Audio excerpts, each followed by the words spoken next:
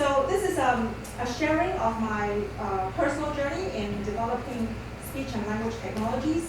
And I have actually had the good fortune of collaborating with professors and former students from Minhwa University, especially Professor Liang Hongcai, the senior professors, Professor Liang Hongcai and Professor Jia Liu, and also the younger professors who are really rising stars in the field, Professor Jia Jia, and also Professor Jiong Wu. So they're from Minhwa University, and also from my own home university, Chinese University of Hong Kong, Professor Shunyan Liu.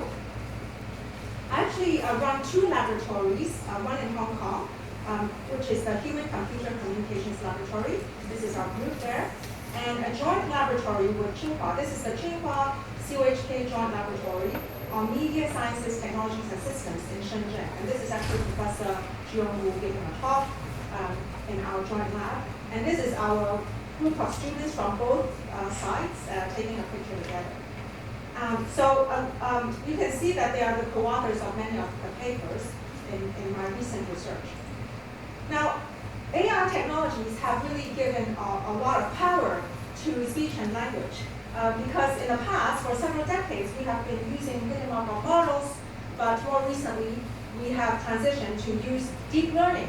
And using deep learning in many tasks, such as speech to text, okay, so speech to text, and text to speech, and speech to speech, and also text to text. So in Hong Kong, we use Cantonese as our main Chinese dialect, whereas in China, the main one is Putonghua.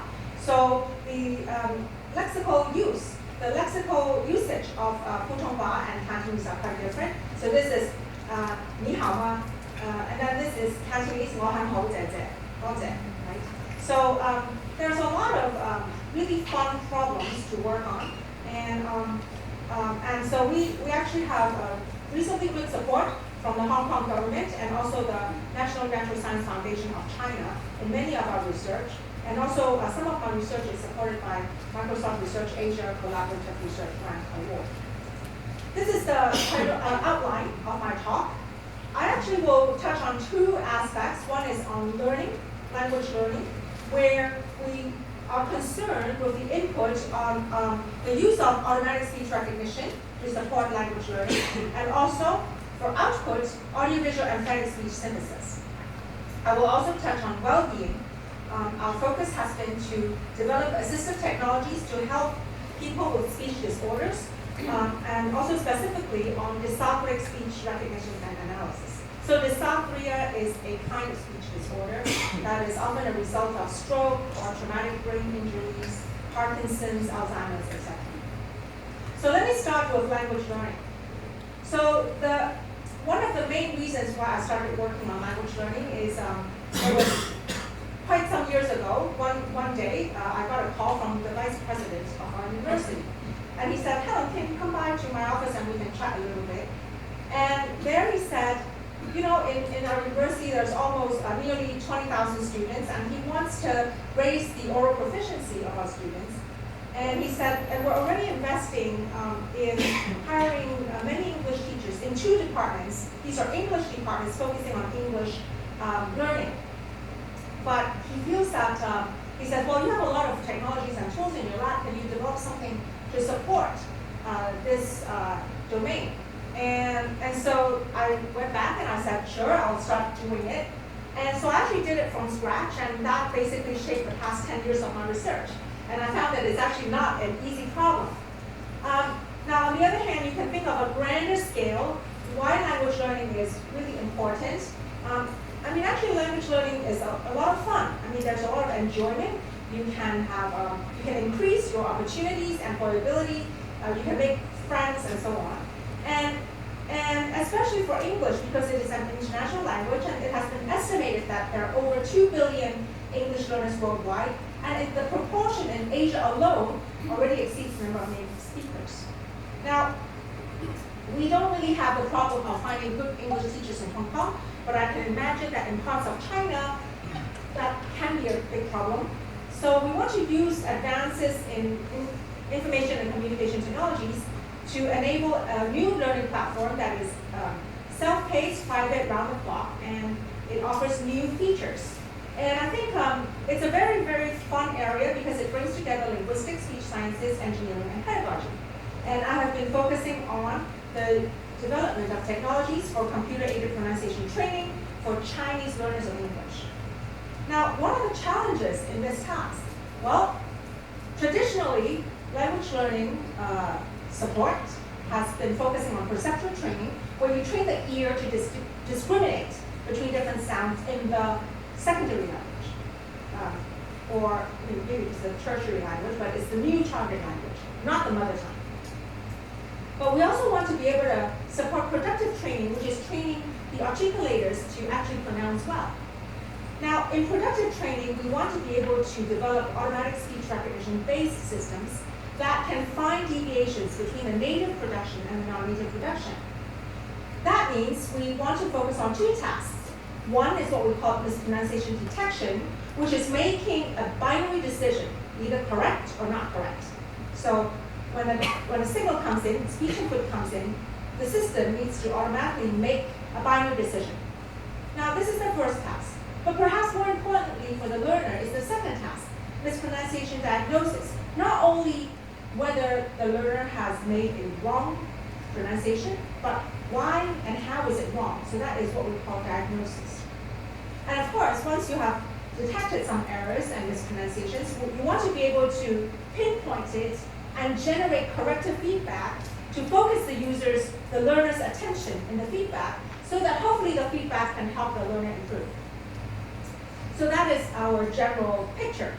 Okay, so now I'm going to talk first about input, the input side, where we develop ASR, automatic speech recognition technologies for mispronunciation detection and diagnosis. So there has been a lot of previous work in this area, and I would say most of that work has been focusing on scoring. So when a signal comes in, you score it. If it gets a high score, then it passes. If it gets a low score, then maybe it's a mispronunciation.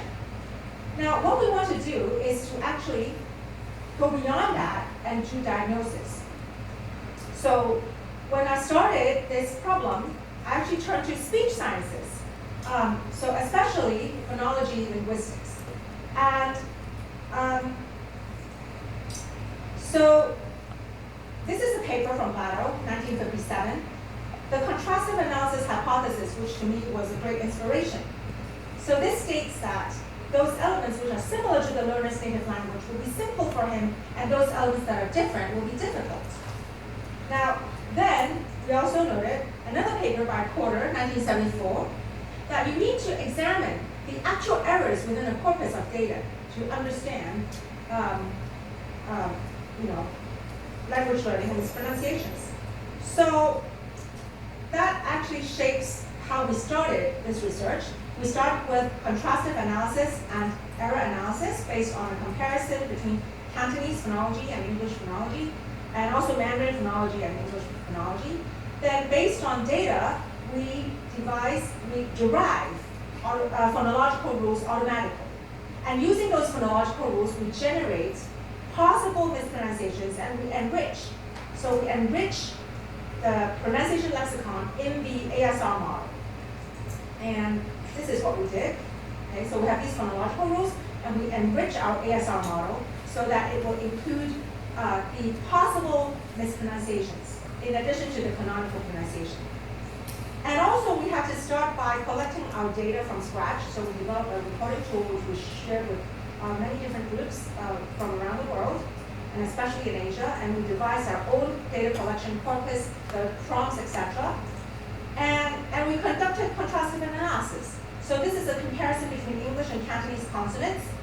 So you can see these are the place and manner of articulation, on the X and Y axes, and the pink phones are the ones that are in English and not in Cantonese.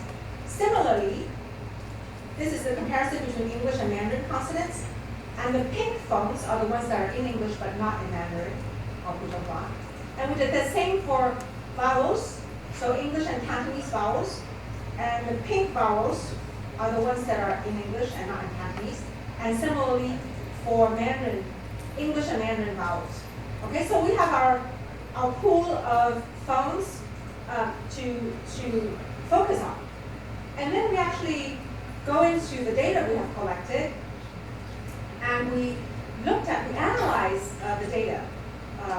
And for example, here is the interdental fricatives, the and the, that are in English but not in Cantonese or Mandarin.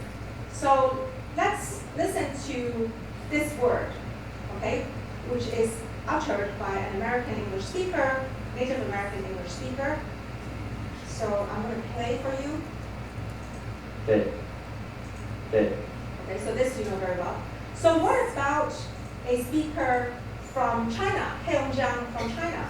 How would he or she utter this word? Okay, I'm going to play for you this one.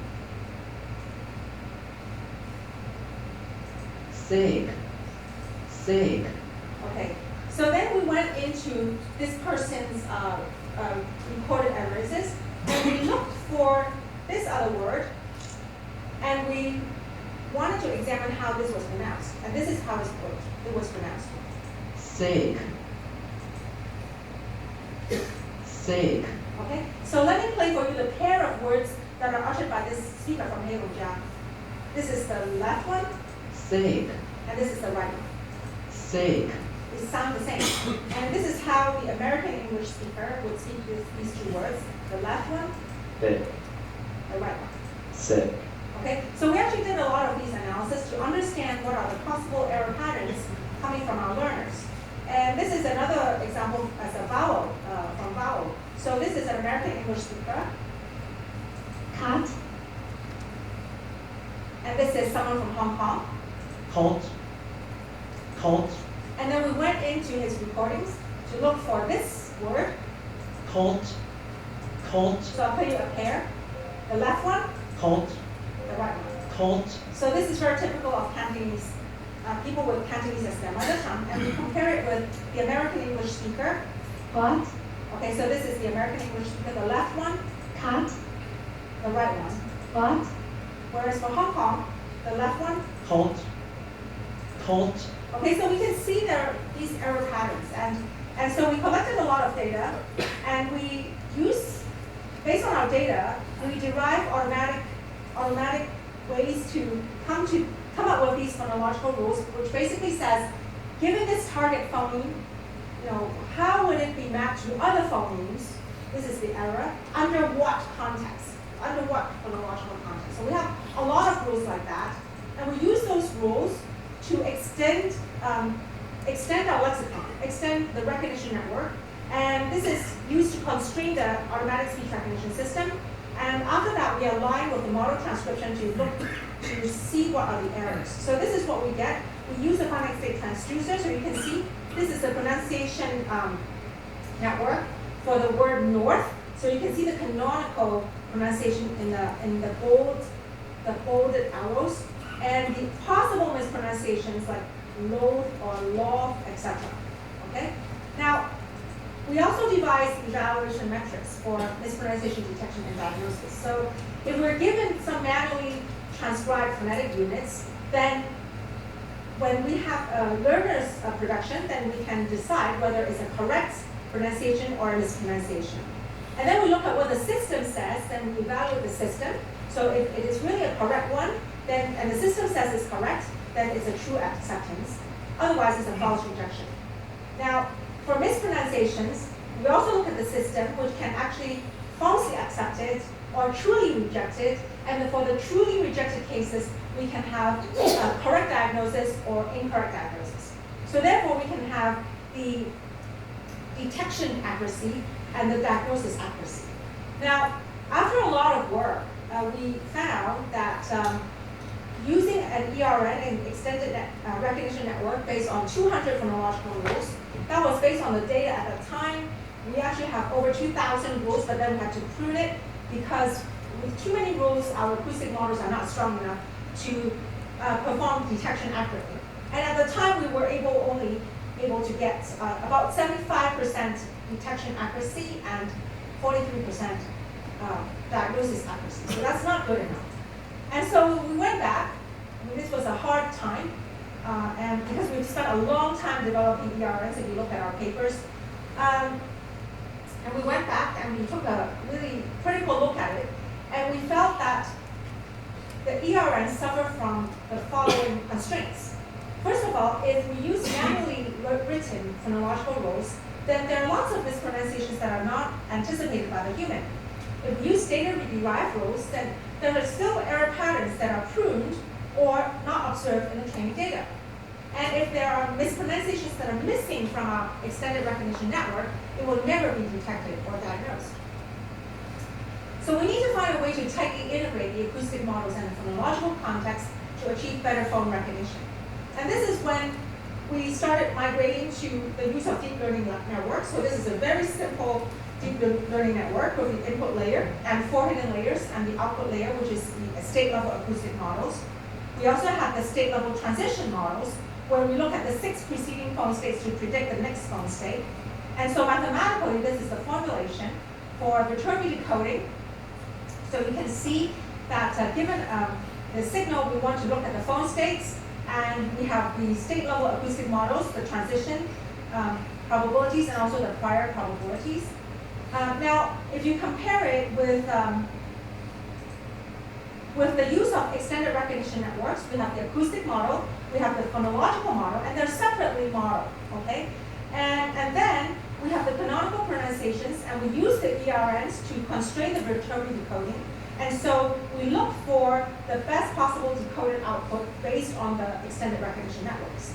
So now we need to change that because we want to be able to tightly integrate acoustic and phonetics. Okay, so what we did is to replace this with a new kind of neural network at the time, which we call multi-distribution DMNs, because this was a model that in my team we proposed for speech synthesis, and we decided to use the same architecture here. And then we replace with canonical pronunciations using voice alignment. We have this little input which we call Q-dict. Q-dict is exactly the phonological context of the target phone. And then with the Q-dict, we constrain, so Q-dict is basically the 3 previous phones and the 3 following phones, which are forming the environment for the phone in target. And so instead of the extended recognition network, we now use this formulation with a Q-dict. So as an illustration, this is the spectrogram and the waveform, and this is the fragment, the north, and you can see if our phone in focus is N, the N sound, then the Q-dict basically looks at the 3 previous and the 3 following phones. And so we put this through the acoustic features and the Q-dict through into the acoustic phonemic model. This is the APM structure, and use it to decode the signal to do its pronunciation detection. And furthermore, so this is the mathematical version of that. And then furthermore, we enhanced it to become the acoustic phonemic graphemic model. So we added the graphemes as well. So it's the phone in focus and also the letters before and after the phone in focus. So we published this work in 2017, and this was our APGM model. And in 2019, earlier this year, we were benchmarking all the possible approaches that we have tried, including the latest one, which is the state-of-the-art end-to-end free phone decoding. So this is for those of you who work on deep learning, CNN, RN, and CTC, is a pretty fancy network, and our APGM is still outperforming that. Okay, but we now already have other thoughts on how to further improve the detection and diagnosis accuracy. So the highest we're getting is a detection accuracy over 90% and diagnosis accuracy over 86%. Now, since then, my students have graduated, and they went off to start a company which is called SpeechX, and it has a presence in Shenzhen, across the border from Hong Kong, and also in Hong Kong. So SpeechX actually works on computer-aided pronunciation training for Chinese learners of English. And I want to play for you. They have this system which is integrated with WeChat. So this is a video on WeChat, so you can actually practice your phonemes. And So this prompts the learner, and the learner sets something, and he gets a score, which is 2 stars, not so good. And then the learner tries again. And this time, getting 4 stars. And we can also practice sentences. He goes to school on foot. So that's by synthesis. He goes to school on foot. And then immediately the system comes back with detected mispronunciations, and it went on to the next Next, like a prompt. piece of stick. So the learner can go on with this exercise, or the learner can also I do not have the answer. the learner can also terminate at any time and look at his or her report. So here she wanted to look at the report, and the word stick was not very well pronounced, so it was made clearer for me. And this one is on stress syllables. So you can see that the system detected that the stress is wrong.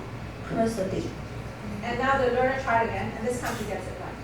So this is one of the features that are offered by the company, and now there are generally on average over 1 million users practicing every day using the WeChat app.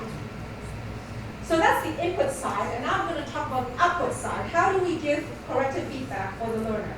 And so we want to give corrective feedback that highlights the differences between the correct pronunciation and the learner's variant. And we want to do bimodal synthesis, so visual speech synthesis, and we also want to hyper-articulate. So how do we synthesize that? First of all, we want to synthesize the visual modality, and for that, what we did was something very simple. So we have all these keyframes, video frames of all the articulators that we drew. Okay, the tongue, the velum, the lips, upper lip, lower lip, the jaw, etc. So for the phones, for each phone, we have the keyframes of the articulators, and for the missing frames, we did an interpolation.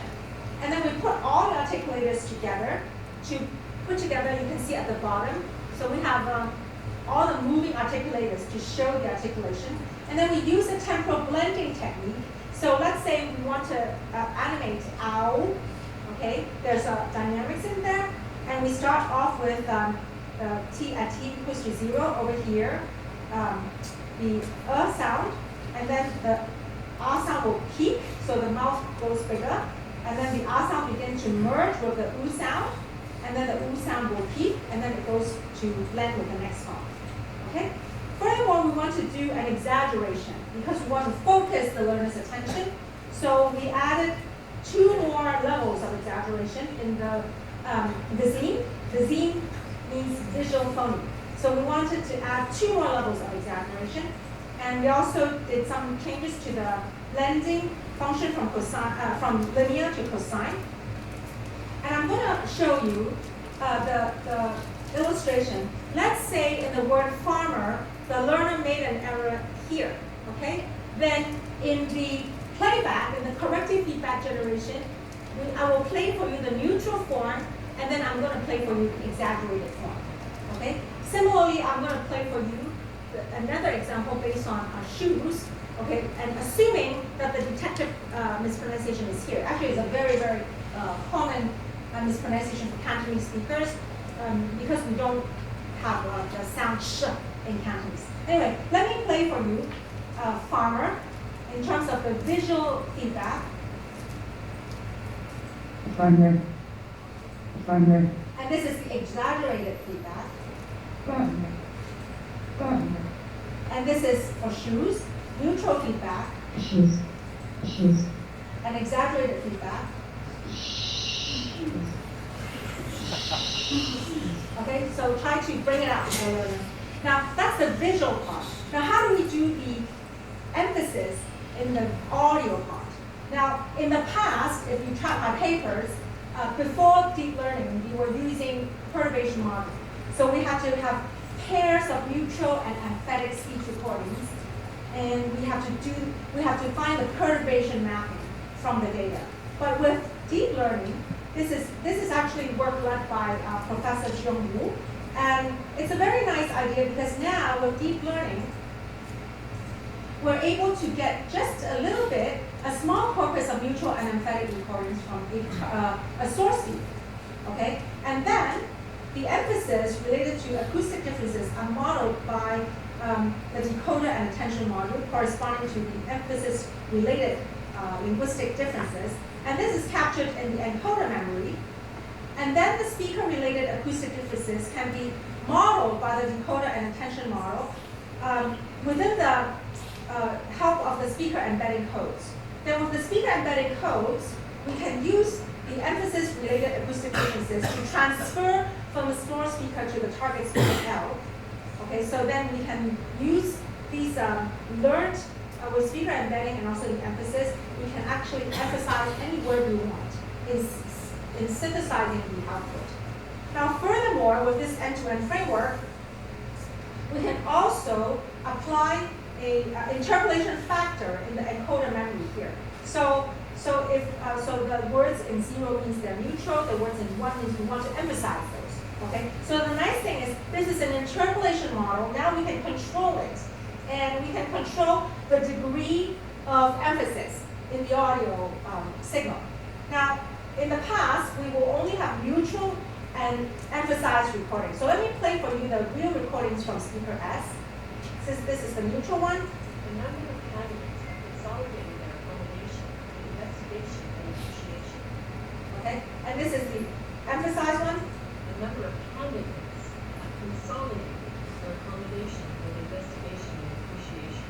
Now I'm going to play for you the whole series of synthetic output. And with 0, that is the same as neutral, 1 is the same as the exaggerated, and then we can also have all the values in between. So it doesn't have to stop at jumps of 0.2, you can have 1, 8, and so on. But let me play for you what it sounds like for, let's say, 0.2, okay? A number of candidates have consolidated their accommodation with investigation and appreciation. 0.4. A number of candidates have consolidated their accommodation with investigation and appreciation. And 0.6. A number of candidates have consolidated their accommodation with investigation and appreciation. 0.8. A number of candidates have consolidated their accommodation with investigation and appreciation. And 1.0. A number of candidates have consolidated their accommodation with investigation and appreciation. So with deep learning, we're now able to have better control on how to emphasize the audio signal, the synthetic signal. Now furthermore, we also want to do the following. We want to be able to synthesize the feedback, but we also want to synthesize the feedback using the speaker identity of the learner. Okay, so we need to work on voice conversion technology. And in the past, so voice conversion means, let's say you have a source speaker and a target speaker and you have paired recordings.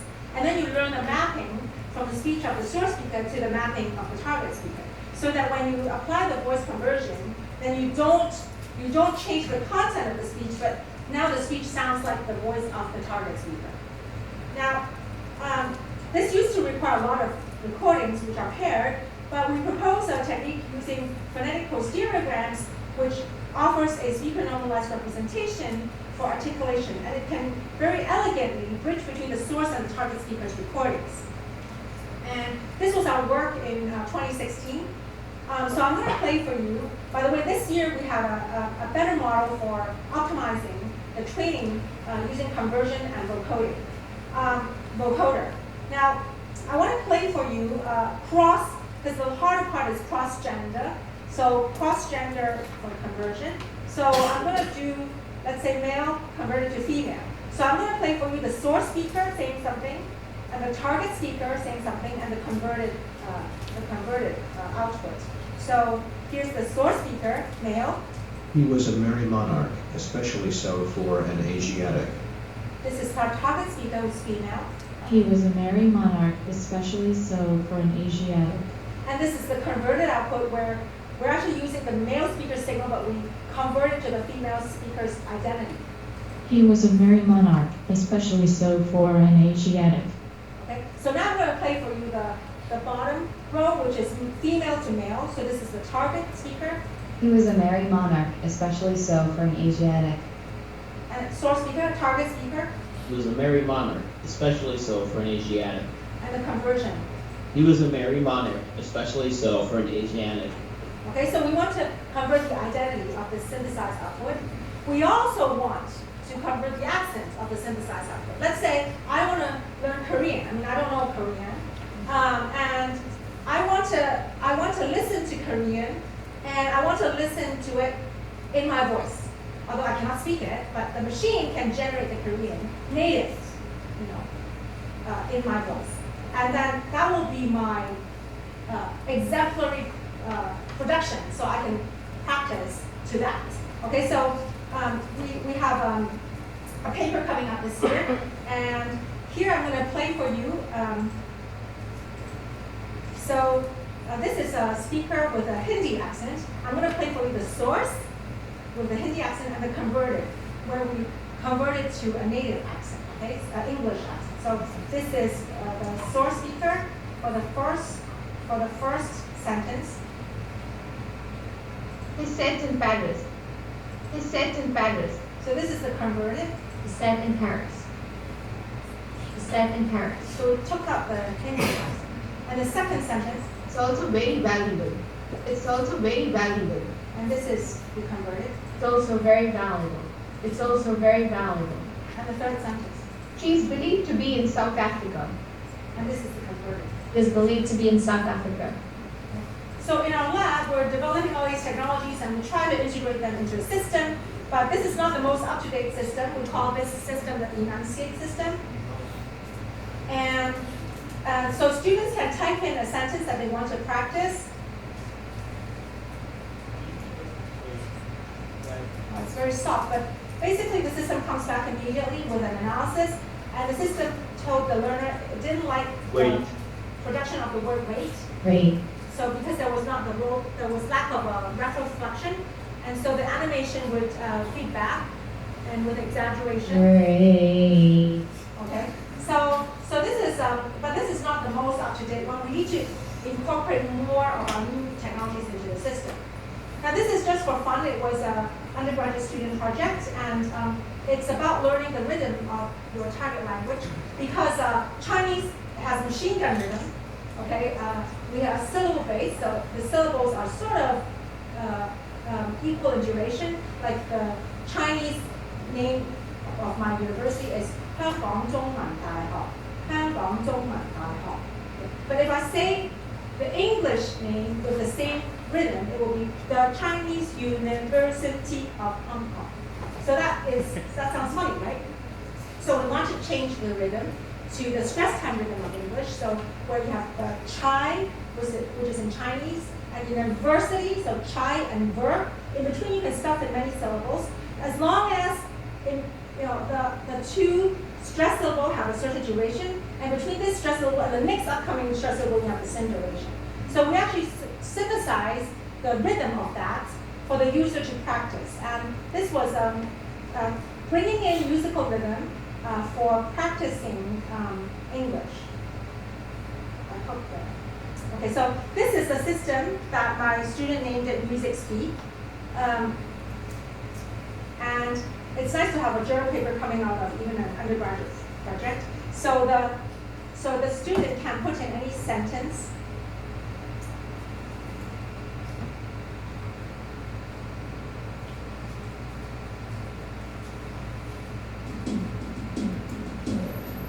And then people can practice. She opened the book in the box of tools. Okay, so here's another, so my student put in another sentence just for fun.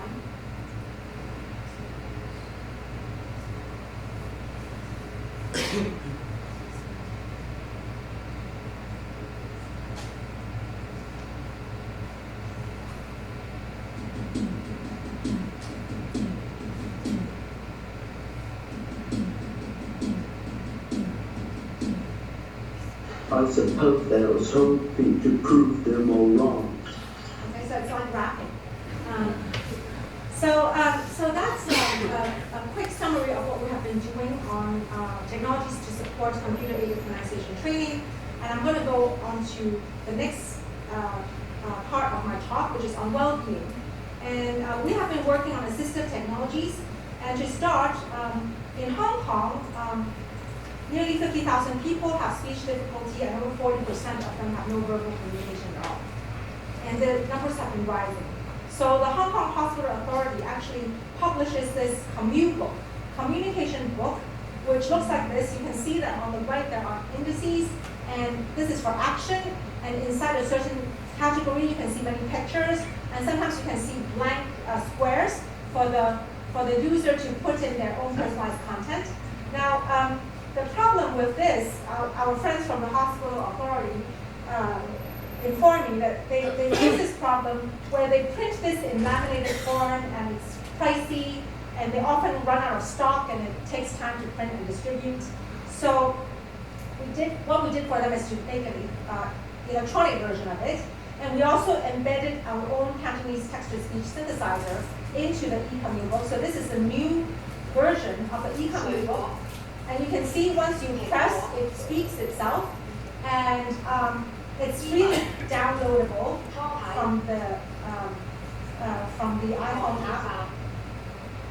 And you can actually easily put in a keyword and a picture. And this is a central MTR station, subway station, and you can easily personalize. So now you have a new station, and so you can do a lot of things in personalizing it and swapping the icons around, resizing them, deleting them. You can also share and enlarging them. You can also download other categories that other people have created. So you can actually have a community of people sharing. Like someone did a category on transportation, so others can download it directly and use it. And furthermore, we actually integrated with Microsoft Cognitive Services. So now the system can speak in over 13 languages and over 20 gender-specific voices. So you can see very easily, just with a few clicks, you can do it in Mandarin.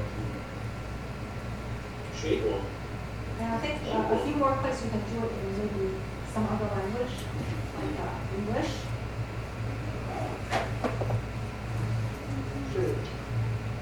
Okay. So further to that, we actually had a user of the ebook who reflected to us that he would like the ebook to speak in a male voice because our synthesizer sounds like a female. And so we wanted to personalize it. As you know, this is the late Professor Stephen Hawking. He uses the desktop synthesizer to speak. We want to be able to personalize the synthetic output. So again, we use phonetic posteriorgrams. And I want to show you, so this is actually the voice, the target speaker is the voice of a movie star. And we actually get her voice, a couple of utterances from the internet. Then I'm going to play for you the source. One of the source speaker is me, and the other is my student, who is a male student. So this is cross-gender voice conversion. I'm going to play for you the converted outputs. So this is the target speaker. This is me. Call an ambulance for medical assistance. And this is the conversion output. Call an ambulance for medical assistance. This is my student. Hello, 你好，我是玲玲。 And this is the output. Hello, 你好，我是Helen. And furthermore, the same student, Liu Songxiang, he actually, we are very much mindful that if we want to help users with speech disorders, we will not be able to get a lot of the target speakers recorded. So this is an approach, and it was published last year, where we only use a single target speakers recording using speaker embedding technique. And so I'm going to play for you the target speaker, and then the source, which is synthetic, and then the converted. So the target speaker is someone with dysarthria.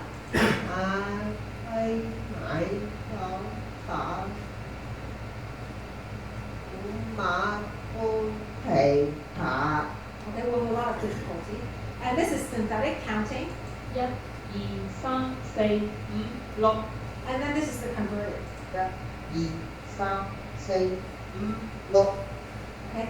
And furthermore, we also want to help improve the technology for disordered speech recognition. So dysarthria is a kind of speech disorder, and it's very difficult, as you can see, oftentimes very difficult to understand, for normal people to understand what the dysarthric the person with a dysarthria is trying to say. And we actually got data from UIUC, Professor Hasegawa Johnson. And with UA speech, we have been trying to improve the word error rate of UA speech.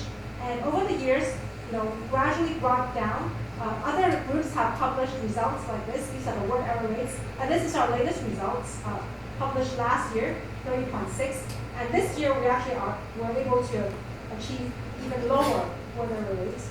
And the technique that we use is a stacked DNN system. So you can see that the blue part is a system with bottleneck features, which are fed into a stacked hybrid DNN system. And furthermore, we did some cross-adaptation using other corpora, like broadcasters and switchboard.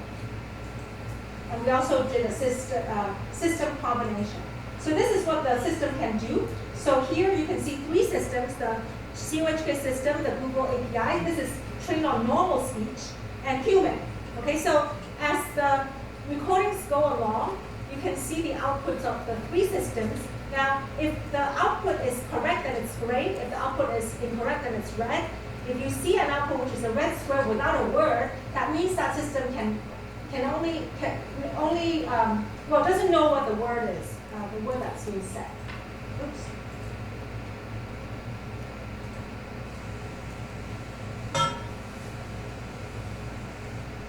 Oh. Well, one of the channels is not coming out, but basically she's uttering a word, and the three systems are putting out the output. So you can see basically the CHK system generally has a higher word accuracy than the other system, and this is where at the bottom you can see where the human cannot make out what was being said. Okay, and now this year we also have a new development in this work. We also want to be able to restore disordered speech. Whether we can map directly the disordered speech into normal speech, a process which we call reconstruction. So this is inspired by the success of sequence-to-sequence-based text-to-speech synthesis and knowledge distillation methods. So this is a very novel technique where we use knowledge distillation across modalities to reconstruct the disordered speech to normal speech. And I want to play for you. Now this is these are utterances for these words from speakers with different levels of severity in their speech disorders. So I'm going to play for you the original recording and the converted output, the reconstructed output. So first of all, the original moderate. Where's key? Okay. Where's key? This is the converted output. Skip. Well, there was a whisk, but somehow it's truncated in my audio. So this is the high severity original recording. And this is the converted output.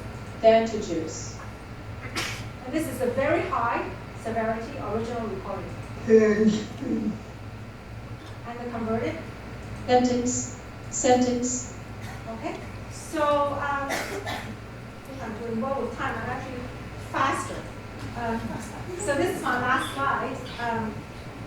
So I think, as a speech researcher, I'm very much encouraged by having deep learning come into our field because we can leverage our ability to understand this very magical speech signal, and we can use powerful algorithms, powerful computing, massive storage, and leverage our insights in various contexts, and to devise fit-for-purpose data approaches and solutions. So we want to work on enhancing learning, health, well-being, and social inclusion.